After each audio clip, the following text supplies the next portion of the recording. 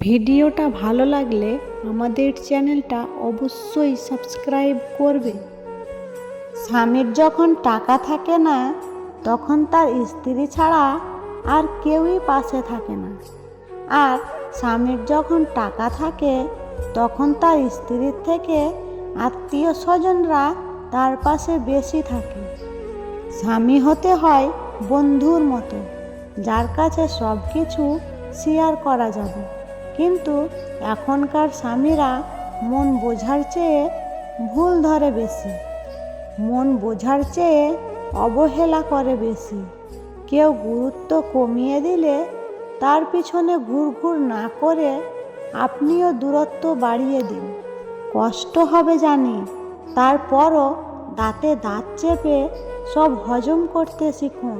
নিজের পায়ের তলা শক্ত করুন, তাকে বুঝিয়ে দিন আপনিও মানুষ, কারো কেনা সস্তা কোনো পণ্য না।